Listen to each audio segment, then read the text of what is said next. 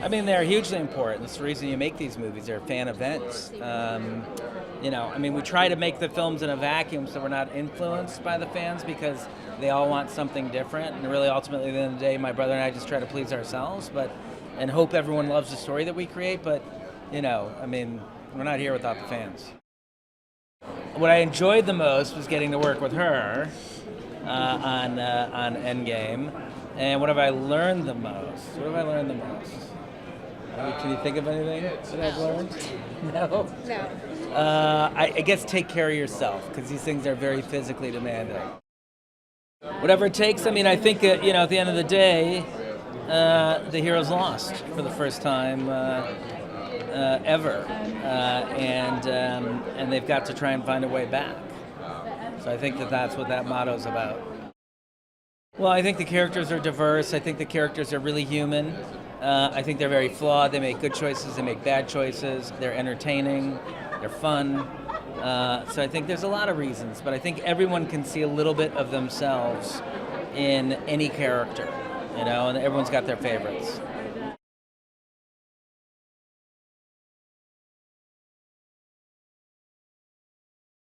Yeah, the anticipation for this film's been unlike anything I've ever been a part of, and it's pretty exciting. Very excited to show it to the fans tonight. It's a glimpse of it anyway. And this, the fans are why we do this, and why we stay in a job, and why we're able to live out this dream. So it feels great to be able to share this experience with them early in the film's release. It's a special thing. So. I remember back from the first Avengers film, there was a lot of talk of, are people going to have, or is there going to be this superhero fatigue? And yet this is the most enthusiasm I've ever seen, and the most anticipation, the biggest excitement, and it's a pretty special thing to be a part of.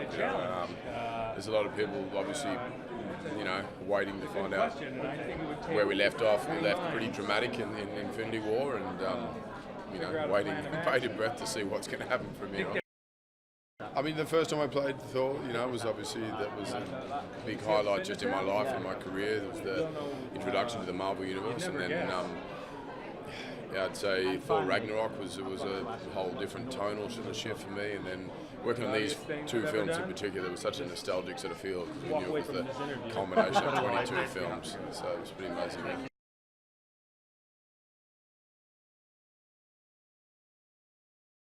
Anticipation's really high for this film. I think we're really excited to finally be able to share the smallest piece of the movie with an audience. We're going to be really excited April 22nd in Los Angeles when we actually show the whole thing to an audience. But we've been keeping the secrets on this movie for 3 years now. We're literally not showing it to anybody until days before it opens around the world. Even the actors, even the cast. The cast hasn't seen the film. Well, look, this Endgame is the conclusion of the 22 movie run that audiences have been following since beginning 11 years ago with the first Iron Man film. So they can expect a sort of epic final chapter in that book that we've all been reading together. The biggest challenge, obviously, is just making sure that the story is compelling and that it's a fitting conclusion to 10 years of storytelling. So, that's the focus. That's been our focus over the last few months, is just making sure that the story is as complete as it can be.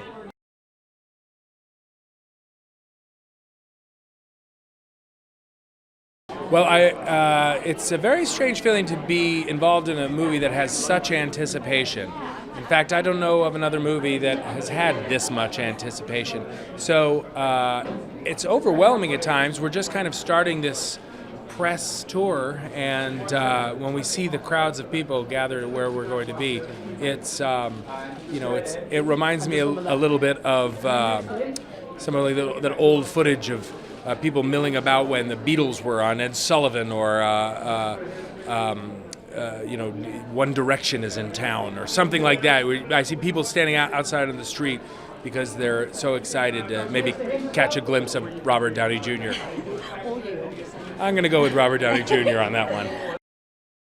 One of the things I love about playing Scott Lang is that he's a regular guy, and so amongst this group of superheroes, he seems to be kind of just very naturally overwhelmed by the situation and by them, and so I think it's a nice, a relatable quality, and it's a fun quality to play because I feel as if maybe the audience is feeling some of the same things that Scott is feeling. There are a lot of things that I enjoy about being a part of this franchise. The number one thing is just getting to know all the people that are involved because it's a really nice group of people. And these when you watch a movie, it's a couple of hours, but when you work on a movie, it's a couple of months, and so you want to enjoy the time. And it sure goes by a lot more. It's a lot better. Time is much more fun when the people are so great. And then, of course, to be involved in something that's so massive is a one-off. I'll never experience anything like this again. Some of my favorite fan interactions that I've had now that I've played Ant-Man, without a doubt, have been with kids, because kids are, they tell you exactly what they think, and when they are excited about meeting, these superheroes and some of the Avengers, it's just so joyous, and it's a really, really nice experience. It's been with kids, 100%.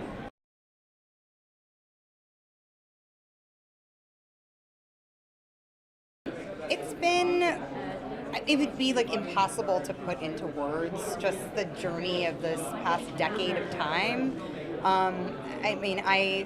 The character has grown. We've sort of grown together in a way, and I think as the character's found her own voice and really is more and more comfortable with her true self and knowing, what she wants and what she needs. It sort of echoed my own experience, and it's been very. It's impossible to put into words how meaningful that is for me. I can't really elaborate on Avengers Thor because it probably is too. I'd be giving too much away, but I can certainly say. I was somebody asked me, well, what does the Avengers Thor mean to you? And I was like, make right by a wrong? I don't know. It's too hard to put it into words without giving everything away.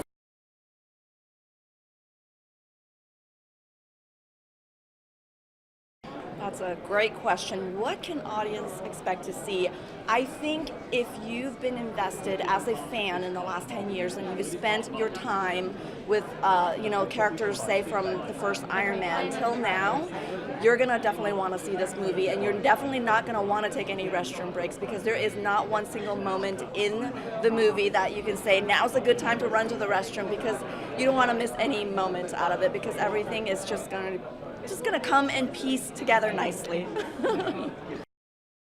Well, the heroes, it's our heroes are going to do whatever they can in order to try to stop our bad guys.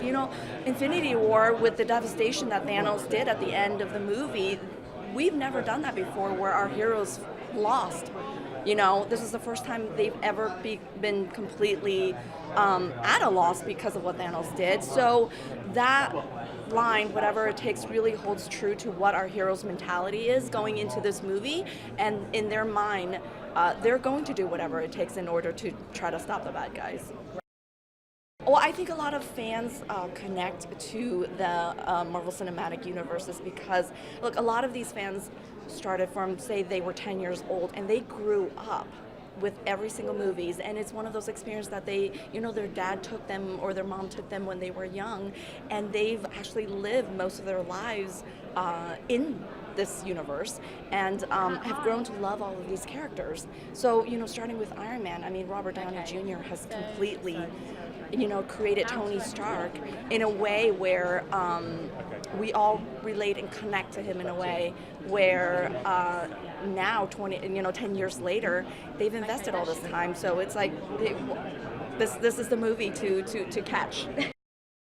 The way Infinity War and Endgame, we actually shot these two movies back to back. So, and with Infinity War, we had a lot of connective franchises and characters come together. So we work closely with the other teams, with the other directors, to make sure that the characters from each of their franchises are follow through, and the characters are brought over to our movie to ensure and preserve like what they've spent time, working on in the last year or so in the other movies, and make sure that it's preserved here, but as well as going towards a direction that we want the characters to go in.